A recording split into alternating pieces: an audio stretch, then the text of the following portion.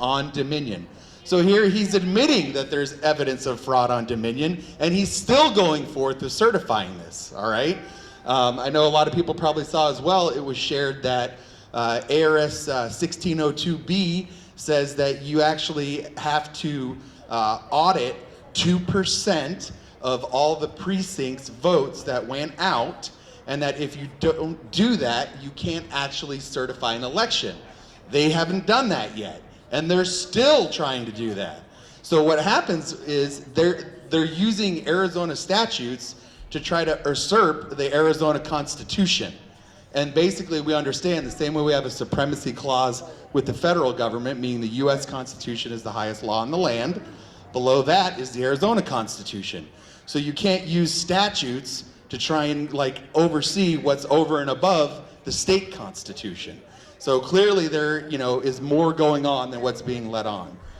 So those are a couple of those messages that went back and forth. One other thing that I wanted to talk about, I've shared this with a few people already, and I'm going to be getting input from everybody that's here as well. I have a new concept for something that we're going to call Arizona Project 52. So if you remember back in the beginning of the second Gulf War, after Saddam Hussein's regime failed, they basically identified the 52 dirtiest people within the regime, okay? And they one by one went after those 52 people. Well, what we're going to do in Arizona is we're going to find the 52 dirtiest politicians, lawyers, judges, police officers, CEOs, business leaders, and we are literally going to put together this deck of 52 cards, and we're going to use whatever legal means. We're not physically lashing out to hurt anybody or being violent at all, but we're going to use whatever legal means, social media, whatever we have to do to take these 52 people out of power. So names like, obviously, Governor Doug Ducey, he would be on that list.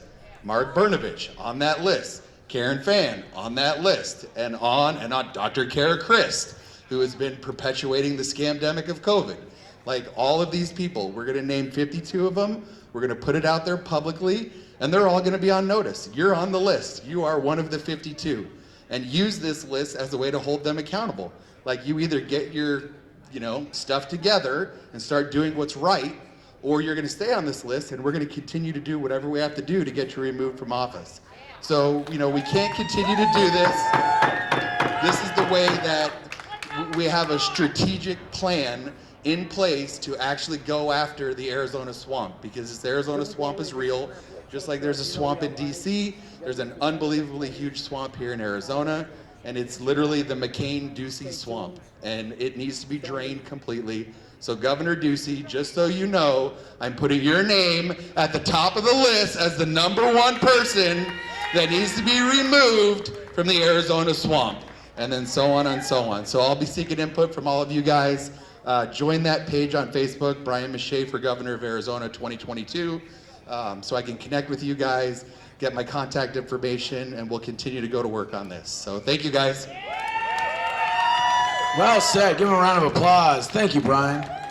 So for those of you that didn't hear, apparently Kyle Rittenhouse got bailed out of jail!